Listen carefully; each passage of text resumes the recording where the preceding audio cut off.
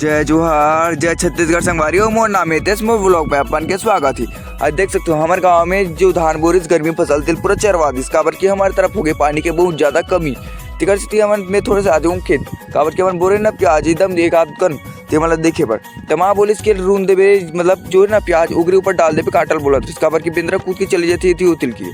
तिकर से देख सकते हो मैं डाली हूँ अतरा में और थोड़े से बचे ते भी मन में डालूँ पूरा काटा ले मतलब पूरा खन के मैं इसे लेंस से करके इसे डाले हूँ देख सकते हो अपन